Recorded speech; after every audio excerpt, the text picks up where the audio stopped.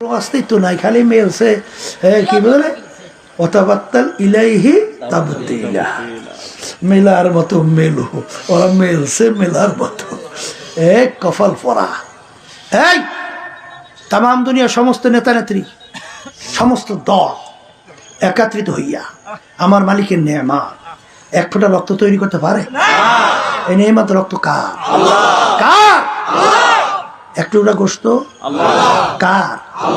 মাগনা রক্ত পাইছে আর মাগনা গোস্ত পাইছে, আর খালি মিলাও কার রক্ত আর কার গোস্ত মিলাও, বুঝে শুনে মিলেই কবরে যাইও। কথা ঠিক না বে ঠিক? এই জন্য আমার ভাইদেরকে বলবো, পর্দা আলে মা বোনদেরকে বলবো, মনে করছেন আমরা হুজুররা কিছু বুঝি না, সব আপনারা বলতেন খারাই খারাই মতেন। হ্যাঁ, একদল বর্তমানে বাইরে এসে বলছে ওরা দাঁড়াই দাঁড়াই প্রস্তাব করে। এই মানুষ মানুষ কয় না, যার ভিতরে ইজ্জত সম্মান লজ্জা আছে, আর হুশ মানে এই যে বুঝ ব্যবস্থা এটা আছে, এটা তো মানুষ কয়। কথা কয় না? আচ্ছা বলেন তো, যার ভিতরে মান ইজ্জত আছে, হুশ আছে, ও রাস্তার পাশে মানুষ এসে দাঁড়াই প্রস্তাব করতে পারে? আমি একদিন রাস্তায় যাইতে আছি গাড়ির মধ্যে, হারে কপাল রে কপাল, ও দাঁড়াই দাঁড়াইয়ে দেশে সাইডে বুঝছে, ওদিকে আর মোবাইলটা ধরে কথা কইতেছে, ওদিকে মানুষ যায় না, গরু যায় না, ছাগল যায়, কোনো খবরই নেই। এরকম আছে না? নাই আছে না? ব্যাপার কি, ওরা দাঁড়াইয়ে প্রস্তাব করে খায়। এই যে ফ্যাসিস্ট পলাইলো না 5 তারিখ 5ই আগস্ট, খুনি পলাইছে না? আচ্ছা ওরা কি করছে তা তো জানেন না। শিক্ষা সিলেবাসের মধ্যে ক্লাস 6-7 পর্যন্ত এই ডারউইনের থিওরি ঢুকাইয়া দিয়েছে। ডারউইন বলছে মানুষ নাকি আল্লাহ সৃষ্টি করে নাই, বানর থেকে সৃষ্টি হয়েছে। তাইলে বানর থেকে সৃষ্টি। ইউনিভার্সিটি একটা ছেলে এই থিওরি পড়ার পর ওর খেয়াল হলো আমরা বান্দরের জাত, মানে আমরা বানর থেকে সৃষ্টি হয়েছি। তো ওকে আছে ঢাকা এই চিড়িয়াখানা দেখার জন্য। ঢাকা চিড়িয়াখানা আছে না? তাই চিড়িয়াখানা প্রথম গেটে ঢুকলেই তো বান্দরের ঘর, বানরের ঘর না। ঢোকার পরেও হাজার হাজার বানর। ও দেখে মনে মনে চিন্তা করে কিছুদিন পর যদি আবার আসি, তাই সে তো দেখবে বানরগুলো মানুষ হয়ে গেছে, কারণ ওর খেয়াল কি বানর থেকে মানুষ। এখন দেখে আবার চলে এসে আবার কয়েক বছর পর নাকি আবার গেছে। ও যাইয়ে দেখে গেট দিয়ে ঢুকেই বানরের ঘরে বেঁধে বানরগুলো বানরই আছে, একটাও মানুষ হয় নাই। ওখানে ব্যাপার কি, পড়লাম কি দেখলাম কি, পড়লাম তো বানর থেকে মানুষ। ওরে কপাল ফোরার জাত, যদি আগে বানর থেকে মানুষ হয়, এখন দুনিয়াতে বানর নাই, তাহলে 2-1টা বানর মানুষ হইবে না? আগে হইলে এখন হবে না কেন? তারপর কোন জঙ্গলে, কোন তারিখে, কোন দেশে, কোন দেশের ভিতরে কোন জঙ্গলে একটা বানর লাফাইতে লাফাইতে লেজ পশম পরিয়া অটোমেটিক মানুষ হয়েছে? এই খবিসের দল, বান্দরের জাত, দেখাইতে পারছো? পারছে? পারছে? এই বান্দর মার্কে আবার বান্দরের বুদ্ধি। বান্দরের কি বুদ্ধি? বান্দরের বুদ্ধি। বানরের বুদ্ধি তো বান্দরই, ও বুদ্ধি দিয়েছে। বলে কেমনে হবে? ছোট ব্যাঙের বাচ্চা, লেজ আছে না, শরীরটা কালো না, ওই বানরে ওই যুক্তি দেয়, বলে ছোট ব্যাঙের বাচ্চা ওর যদি লেজ পইয়া তারপর বড় হওয়ার পরে ও যদি রং পরিবর্তন করিয়া এই রূপ ধারণ করতে পারে, তাহলে বানরের অনেক পার্সের সঙ্গে মানুষের অনেক পার্সের মিল আছে। তাহলে বানর লাফাইতে লাফাইতে গাছের ঘষায় ঘষে লেজ পাশন পড়িয়া মানুষ হবে না কেন? বান্দরীয় বুদ্ধি। কথা ঠিক না বেটি? ও বান্দরের জাত। এখনো কি ব্যাঙের বাচ্চা আছে দুনিয়াতে? নাই। কেমনে জন্মগ্রহণ করে? লেজওয়ালা, শরীর কালো। আল্লাহ রাব্বুল আলামিন ওর সৃষ্টির পদ্ধতি বানাইছি এইভাবে। কথা ঠিক না বেটি? এই আল্লাহকে ওই বানরের লাগে মেলে, এই মিলে। তা যাই হোক, যেই কথা আমি বলতে চাইছিলাম বাজার, মনে করছেন আমরা হুজুরে কি বুঝি না? হ্যাঁ, এই বুঝে শুনে টুপি মাথায় রাখছি, বুঝে শুনে লম্বা জামা গায়ে দেয়, বুঝে শুনে ফজর সময় যখন মুয়াজ্জিন আল্লাহর পক্ষ থেকে দাওয়াত দেয়, আস-সালাতু খায়রুম মিনান নাওম, ঘুম হইতে নামাজ ভালো। অনেক সময় ঠান্ডার ভিতরে ল্যাপ কম্বল মুড়ে দিয়ে ঘুমাই, পাগলের মতো উঠে ঠান্ডা পানিতে উজু করিয়া মসজিদে দাঁড়াই, মাওলার হুকুম পালন করি। কথা ঠিক কিনা? কারণ কি, ভালো কইরা চিন্তা ভাবনা কইরা দেখছি কোরআন কারীম নাযিল হলো প্রায় 1550 বছর হয়ে গেল। এত ইসলামের শত্রু গেল, এত দার্শনিক, এত বৈজ্ঞানিক গেল। কোরআনুল কারীমের শুরুতেই লেখা আছে যালিকাল কিতাব লা রাইবা ফীহি, এই যে কিতাব দেখে এর ভিতরে কোনো ভুল নাই। এত বৈজ্ঞানিক, এত দার্শনিক, এত পণ্ডিত কোরআনুল কারীম নিয়ে রিসার্চ করলো, কিন্তু আজ পর্যন্ত কেউ ভুল বের করতে পারে না। বরঞ্চ যত বৈজ্ঞানিক, দার্শনিক, যত পণ্ডিত কোরআনুল কারীম নিয়ে যখন রিসার্চ করে, ওরা কিন্তু কালিমা পইরা মুসলমান হইয়া যায়। কথা ঠিক না বেটি? এই কিছুদিন আগেও কানাডা, টরন্টো ইউনিভার্সিটি, টরন্টো হইল আপনার কানাডার রাজধানী, সেখানে ইউনিভার্সিটির প্রফেসর ক্যারি মিরল গণিত এবং যুক্তিশাস্ত্রের উপরে পাণ্ডিত্য অর্জন করছে। বাইবেলের উপরে পাণ্ডিত্য অর্জন করিয়া খ্রিস্টানদের ধর্মযাজক, তার সঙ্গে আহমদ দিদারের সঙ্গে যখন ডিবেট হয় কোরআন কারীম এবং বাইবেল নিয়ে, তখন চ্যালেঞ্জ হিসাবে ক্যারি মিরল যখন কোরআন কারীম রিসার্চ করতে গেছে, যাইয়ে দেখে কোরআন কারীমের শুরুতেই চ্যালেঞ্জ যালিকাল কিতাব লা রাইবা ফীহি। পড়ার সঙ্গে সঙ্গে ওর ভিতরে থরকম্পন শুরু হয়ে গেছে। এরকম দুনিয়ার ইতিহাসে নাই, কোনো ইতিহাসে নাই। আজ পর্যন্ত দুনিয়া সৃষ্টির পরে কোনো লেখক, কোনো গবেষক, কোনো দার্শনিক, বৈজ্ঞানিক, কোনো পণ্ডিত কেউ বলতে পারে নাই আমার লেখায় কোনো ভুল নাই, আমার দর্শনে কোনো ভুল নাই, আমার আবিষ্কারে কোনো ভুল নাই। একমাত্র দুনিয়ার ভিতরে একটাই কিতাব যার শুরুতে লেখা আছে যালিকাল কিতাব লা রাইবা ফীহি। এইটা পড়ার পরই তার শরীরে ব্যাপার কি রে। এরপরে যত সামনে যায় ততই তাকে প্রশ্ন ছুঁইরা মারে, হে ক্যারি মিরল, যত ভুল তালাশ করবি কোনোদিন পাবি না। এক পর্যায়ে ক্যারি মিরল দেখে কোরআনুল কারীমের মধ্যে তাদের নবী ঈসা আলাইহিস সালাতু ওয়াস সালাম এবং মারিয়াম আলাইহিস সালাতু ওয়াস সালামের নাম প্রায় 34 বারের মতো কোরআনুল কারীমের ভিতরে প্রশংসা সহকারে আসছে। এই দুনিয়ার ইতিহাস আছে যে এইরকম ভাবে যদি কোরআনুল কারীম কোনো ব্যক্তি, আল্লাহ রাসূল সাল্লাল্লাহু আলাইহি ওয়াসাল্লাম যদি নিজে লেখে, তাইলে তার নিজের গুণকীর্তন, তার বংশীয় গুণকীর্তন, এইটাই তো বেশি অগ্রাধিকার পায়। কিন্তু সেখানে 34 বারের মতো তাদের নবী ঈসা আলাইহিস সালাতু ওয়াস সালাম, মারিয়াম আলাইহিস সালাতু ওয়াস সালামের নাম 34 বারের মতো আসছে। আর সেখানে আমাদের নবীর নাম আসছে মাত্র কোরআনুল কারীমের ভিতরে 4 বার। কয়বার? তিনি আরো হতভম্ব বলে। এক পর্যায়ে তিনি রিসার্চ করতে করতে কয়েক বছর আগে তিনি নিজে কালিমা পড়ে মুসলমান হয়ে গেল। এই মুসলমানের ঘরে জন্মগ্রহণ করিয়া এক শ্রেণী বর্তমানে বেরিয়েছে দল সেন্সে, যেই দল এই বাংলাদেশের ভিতরে প্রচলিত গণতন্ত্র বাস্তবায়ন করতে চায়। এই প্রচলিত গণতন্ত্রের প্রবক্তা প্রাক্তন প্রেসিডেন্ট আব্রাহাম লিঙ্কন আমেরিকা। তিনি বলছিলেন government of the people, by the people, for the people. তিনি এক কথায় বুঝাতে চায় সমস্ত ক্ষমতার মালিক জনগণ। নাউজুবিল্লাহ বলেন। আর আমরা কি বলি? By the Allah, for the Allah, of the Allah. সমস্ত ক্ষমতার মালিককে, আইন দেওয়ার মালিককে, রিজিক দেওয়ার মালিককে, ভালো মন্দের মালিককে। আর যারা যাই না সই না বই যে মনে করবে সমস্ত ক্ষমতার মালিক জনগণ, ইমানের অবস্থা কি? এই বিএনপি যে নীতি আদর্শ বাস্তবায়ন করতে চায়, কোন নীতি আদর্শ? সমস্ত ক্ষমতার মালিক জনগণ।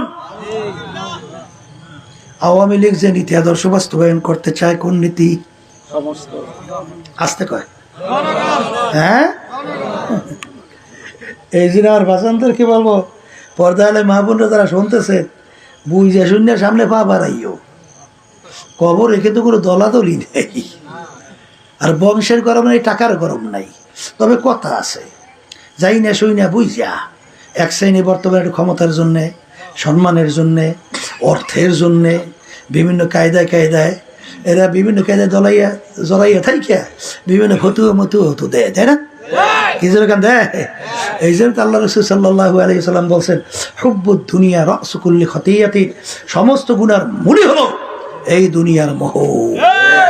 আমার আব্বাজান রাহমাতুল্লাহি আলাইহি তিনি বলতেন, বাবা তোমরা যারা চরমনাইতে আসো, যতক্ষণ পর্যন্ত তোমাদেরকে কোরআন এবং হাদিস অনুযায়ী তোমাদেরকে আমি পথ দেখাবো, ততক্ষণ তোমরা আমার কথা মানবা। আর যখন কোরআন এবং হাদিসের বাইরে পথ দেখাবো, তখন আমার থেকে তোমাদের সইরা বাইগা যাওয়া অজীব। সবাই মুজাহিদ কারো মনে আছে এই বক্তব্য? এটা হাতুটা তো কার মনে আছে? আল্লাহু আকবার। কি আমার আব্বাজান রাহমাতুল্লাহ আলাইহি বলতেন, বাজান আমার কবরে আমি যাব, তোমার কবরে তুমি যাবা, তোমার কবরের প্রশ্নের উত্তর তুমি দেবা। বাজান খোদা না কাজটা যদি কবর জাহান্নামের আগুন এসে ভইরা যায়, এই ভোগা আমার দল করবে না, আমার দলের নেতা নেত্রী করবে না। এ দুনিয়াদার পাগল, কোন সম্পদের পিছনে পড়ছো, কোন সম্মানের পিছনে পড়ছো? মাঝে মাঝে একটু চক্ষু বন্ধ করো, নিরিবিলি মোরাকাবা করো। বাজান তাম দুনিয়ার মোট 4 জন লোক রাজত্ব করছিল, এর ভিতরে দুইজন মুসলমান, 2 জন অন্য জাতি। 2 জন মুসলমানের ভিতরে একজন বাদশাহ সিকান্দার বা ইস্কান্দার বাদশাহ তাম দুনিয়ার রাজত্ব করলো।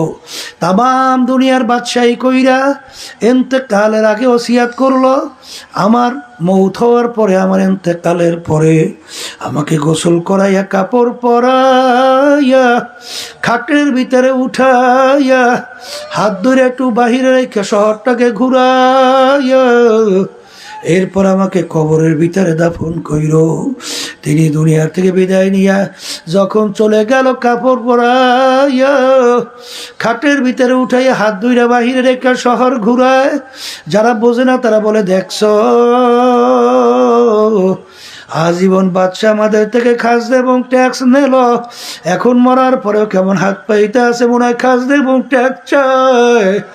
বিজ্ঞ আলেমরা বলে, বোকারা তোরা তো বোঝো নাই, জানো না, বাদশাহ সিকান্দার ইন্তেকালের আগে ওসিয়াত করছিল, মৌতের পরে খাটে উঠে হাত বাইরে রাইখা শহর ঘুরাইয়া দাফন করার জন্যে।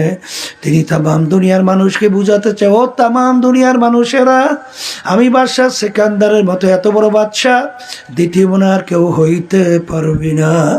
তামাম দুনিয়ার রাজত্ব করলাম, কিন্তু আমি যখন কবরে রওনা করলাম, একেবারে 2টা খালি হাত নিয়ে কবরে রওনা করলাম, আর কিছুই নিতে পারলাম না। আল্লাহ আল্লাহ। এই যে আমার বাজানদেরকে বলবো, কোন সম্পদের পিছনে পড়ছো, কোন সম্মানের পিছনে পড়ছো? বাজান বাংলাদেশের ভিতরে কত ঘটনা। যমুনা গ্রুপের মালিক বাংলাদেশের ভিতরে 2-1 ধনীর ভিতরে একজন।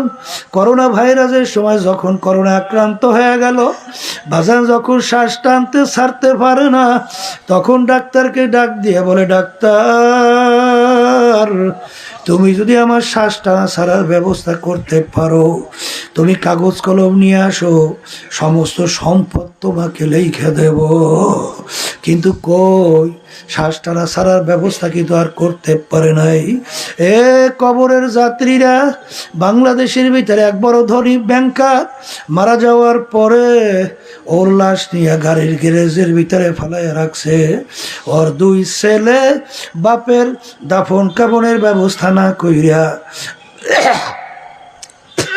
বাপের রাইখে যাওয়া সম্পদ নিয়ে মারামারি করে, কাটাকাটি করে, ঝগড়াঝা ঠিক করে। ওদিকে বাপের লাশ ফুইলা ফাইটা পয়সা গন্ধ হওয়ার উপক্রম, কোনো খবরও নাই। এলাকার লোকজন সাদা দইলে তারপর তাকে দাফনের ব্যবস্থা করলো। কার জন্য সম্পদ রাইখা যাও? আরে হারামকে হারাম মনে করো না, ঘুষকে ঘুষ মনে করো না, সাদাবাজি কইরা, টেন্ডারবাজি কইরা, ক্ষমতার বলে দলের কারণে বিভিন্ন সম্পদ গুছাইয়া কার জন্য রাইখা যাও? এত টাকা রাখবা কোথায়, কাপনে যে পকেট, এত টাকা রাখবা কোথায়, কাপনে যে পকেট।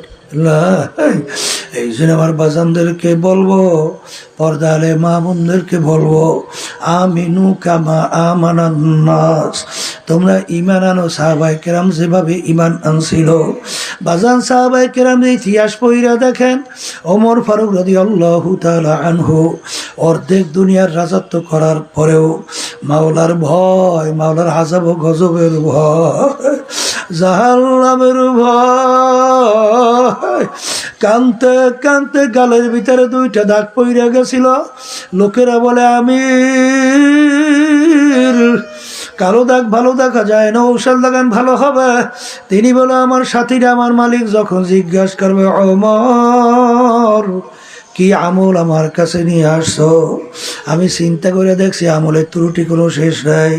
বলবো মালিক আপনার ভয়, আপনার আযাব ও গজবের ভয়, কাঁদতে কাঁদতে দাগ পরাইয়া কালো নিয়ে আসছি।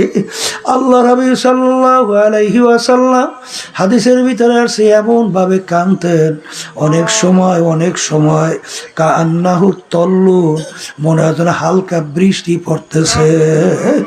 এ দুনিয়াদার পাগল আমার বাবারা, আমিনু কামা আমানান নাস, ঈমান আনো সাহাবায়ে কেরাম যেভাবে ঈমান আনছিল।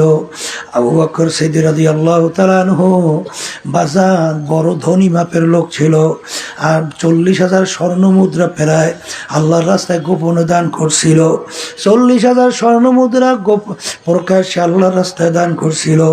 বর্তমান যুগে 80,000 স্বর্ণ মুদ্রা প্রায় শত কোটি টাকার মালিক, বড় বংশের লোক, বড় শিক্ষিত নেতা গোছের লোক। কিন্তু বাজান দুনিয়া তাদের কাছে কি মূল্য ছিল।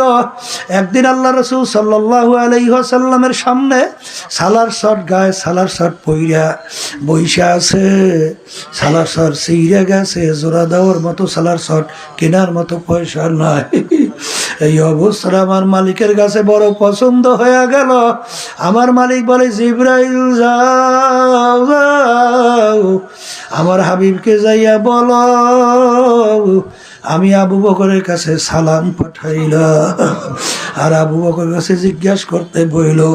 এই অবস্থায় পড়ার পরে আবু বকর আমার ভাই খুশি না বেজার। আল্লাহ জিবরাইল আলাইহিস সালাতু ওয়াস সালাম বলে, আল্লাহর রাসূল আমার মালিক আবু বকরকে সালাম পাঠাইছে, জিজ্ঞাসা করতে বলছে খুশি না বেজার। এত বড় ধনী, এত বড় বংশের লোক, এই অবস্থায় পড়ার পরে সে কি আমার মালিকের বলে খুশি না বেজার? যখন আল্লাহ হাবিব বলেন, আবু বকর আমার মালিক তোমার কাছে সালাম পাঠাইছে আর জিজ্ঞাসা করতে বলছে, তুমি এই অবস্থায় পড়ার পরে মালিকের উপরে খুশি না বেজার? আবু বকর সিদ্দিক রাদিয়াল্লাহু তাআলা আনহু দু চোখের পানি ছাইরা কান্দে আর বলে, ইন্নী লিরাব্বির রাজ, আমি আমার মালিকের উপরে খুশি, আমি আমার মালিকের উপরে খুশি। হাকিকত সে তো দুনিয়া বে খবর হ্যায়, দুনিয়া কি নুমায়েশ পর নজর। এ দুনিয়াদার পাগল আমার বাবারা, মাঝে মাঝে একটু চক্ষু বন্ধ করো। হে পর্দার আড়ালের মা বোনেরা, একটু চক্ষু বন্ধ করে একটু মুরাকাবা করো। বাজান যার যত বয়স হয়ে গেল একটু পিছনের দিকে তাকাইয়া দেখো, মনে হয় যেন সব কালকের ঘটনা। ল্যান্ড হইয়া দৌড়দৌড়ি করছিলাম, মনে পড়ে কি পড়ে না? এখন আয়নার সামনে যখন চেহারার দিকে তাকাই, দেখি কাঁচা দাড়িগুলা পাইকা সাদা হইয়া গেল, চুলগুলা সাদা হয়ে গেল, দাঁতগুলা পইরা বোকরা হয়ে গেল।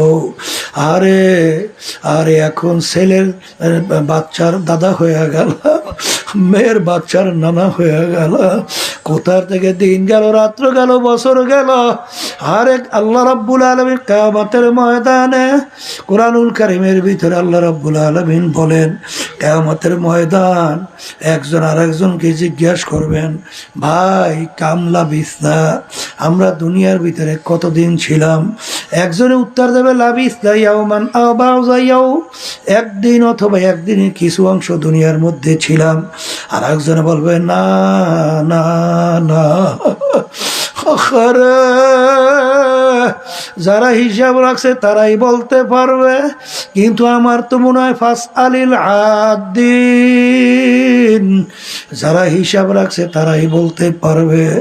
আমার তো মনে হয় ঘরের এক দরজা থেকে ঢুকলাম, অন্য দরওয়াজা থেকে বের হইয়া আসলাম, ঢুকলাম বের হইলাম, ঢুকলাম বের হইলাম।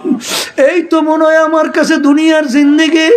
এই জন্য আমার বাজানদেরকে বলবো, এক কবরের যাত্রীরা মুসলমানের ঘরে জন্মগ্রহণ কইরা আমার বাজানদেরকে বলবো, কিয়ামতের ময়দানে যদি খোদা না কাস্তা জাহান্নামের শিকল হাতে পায় লাগে, এর চেয়ে কপাল পোড়ার সারে জাহানে হইতে পারে না। এ কবরের যাত্রীরা বাজান, দুনিয়ার যে কোনো কাজে 5 বারও যদি কেউ ঠগো, আবার ওই কাজে জিতবার আশা আছে না নাই, কিন্তু একবার যদি কেউ কবরে যাইয়া ঠগো, আর দ্বিতীয়বার দুনিয়াতে আইসা আপিল কইরা জিতবার কিন্তু আর আশা নাই। এই জন্য আমার বাজানদেরকে বলবো, পর্দালে মা বোনরা যারা শুনতেছে, বাজান কার কখন কোন সময় ডাক আসবে তোমারও জানা নাই, আমারও জানা নাই। মুসলমান বলতেই মন চায় গুনার থেকে ফেরবে, নেকের কাজ করবে, চোখে পানি নিয়ে কলম নরম করবে, এরপর দুনিয়া থেকে বিদায় নিয়ে কবরে যাবে। কিন্তু বাজান শয়তান এবং নফসে আম্মারা এবং মানুষ শয়তান তোমার আমার পিছনে শত্রু হিসাবে বাজান সবসময় কাজ করে। এই মানুষ শয়তান, জিন শয়তান, নফসে আম্মারা শত্রু থেকে বাঁচার জন্যে আমার মালিক তোমাকে আমাকে হুকুম করছেন, ওয়াকুনু মা'আস সাদিকিন, তোমরা সাদিকিন বান্দাদের সঙ্গী হও। আমার বাজানদেরকে বলবো, পর্দালে মা বোনদেরকে বলবো, যারা সাদিকিন বান্দাদের সঙ্গী হয়েছে তাদের আমলের দিকে তাকাইয়া দেখো। হুশ থাকতে নামাজ ছাড়ে না, হুশ থাকতে আল্লাহর হুকুমের বিরুদ্ধে যায় না, আল্লাহর রসুলের তরিকাত ছাড়ে না, চোখের থেকে পানিও শেষ হয় না। যখন গুনার কথা মনে করে তখন তার চোখ থেকে পানি দর দর করে বাইয়া বাইয়া পড়ে। আর যেই মামলার তদবির নাই সেই মামলারও কিন্তু খালাস নাই। এই জন্য আমার ভাইদেরকে বলবো, পর্দালে মা বোনদেরকে বলবো, আমার মালিক বলছেন দিনের ভিতরে পুরা ঢোকো, তারপর আমার সামনে হাজিরাত দাও। আমার মালিকের কাছে দোয়া করেন, মালিক যেন আমাদেরকে পুরা দিনের ভিতরে ঢুকাইয়া ইমানকে মজবুত কইরা তারপর মাওলার হুকুম নবীর তরিকা অনুযায়ী চইলা দুনিয়ার থেকে বিদায় নিয়ে কবরে যাইতে পারি। আল্লাহুম্মা আমিন। এক ঘরের মেয়ে লোকেরা হাত উঠাও, গুনার কথা মনে করো, 2 চোখের পানি ফালাও, আমার মালিকের দরবারে কান্দো, আর মালিকের দরবারে মাপ চাও। যদি কান্না না আসে মনকে বুঝাও, ওরে মন একদিন এই ঘরের দরজা দিয়া নতুন বউ হয়ে উঠছিল রে মন। কত মেয়ে লোকে শরবত খাওয়াইল, কত মেয়ে লোকে বাতাস করলো, আবার এমন একটা দিন আসবে এই ঘরের দরজা দিয়া মরা লাশ হইয়া বের হবা।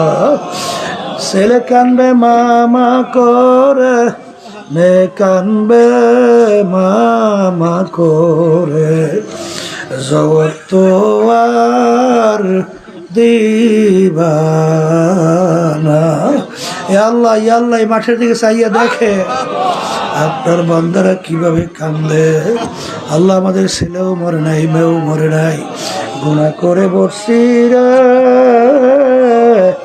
মাফ করে দেন গো মাওলা, মাফ করে দেন। এ আল্লাহ বান্দারা জোর করে কান্দে, জোর করে কান্দে। সন্তান মারা গেলে চোখে পানি আসে, সম্পদ নষ্ট হয়ে গেলে চোখের ভিতরে পানি আসে। তোমার আমার গুনার কারণে জাহান্নামের আগুন জ্বলছে, ওই জাহান্নামের আগুন চোখের পানি ছাড়া ঠান্ডা হবে না। এ আল্লাহ, ইয়া আল্লাহ, যাদের উপরে মাহফিল হইল, যারা মাহফিলের জন্য চেষ্টাকারী সাহায্য করলো, আমরা যারা মাহফিলে উপস্থিত হয়ে গেলাম, আমাদের সবার উপরে খাস মেহেরবানি নাযিল করেন আল্লাহ। আল্লাহ আমরা যারা হাত তুলছি জানি না এই উপস্থিতে কার আম্মা, কার আব্বা, কার দাদা দাদু নানা নানু আত্মীয় স্বজন ওই অন্ধকার কবরে শুয়ে রয়েছে, আমরা দোয়া করলাম দয়া মায়া করে তাদের কবরকে বেহেশতের বাগান বানায়া দাও। আল্লাহ মহিলা মাদ্রাসাকে আপনি সহিভাবে কবুল করে নিয়ে সমস্ত শহীদিনী মাদ্রাসাগুলোকে আপনি কবুল করে নিয়ে মালিক হককে আমাদের কাছে হক হিসেবে প্রকাশ করে দেন, বাতিলকে বাতিল হিসেবে প্রকাশ করে দেন। আমাদের সবাইকে হকের পক্ষে থাকার তৌফিক দান করেন। সুবহানা রাব্বিকা রাব্বিল ইজ্জাতি আম্মা ইয়াসিফুন ওয়া সালামুন আলাল মুরসালিন ওয়ালহামদুলিল্লাহি রাব্বিল আলামিন। কেউ উঠেন না। ওয়ালাইকুম সালাম। একজন আরেকজনের গায়ের সঙ্গে হাত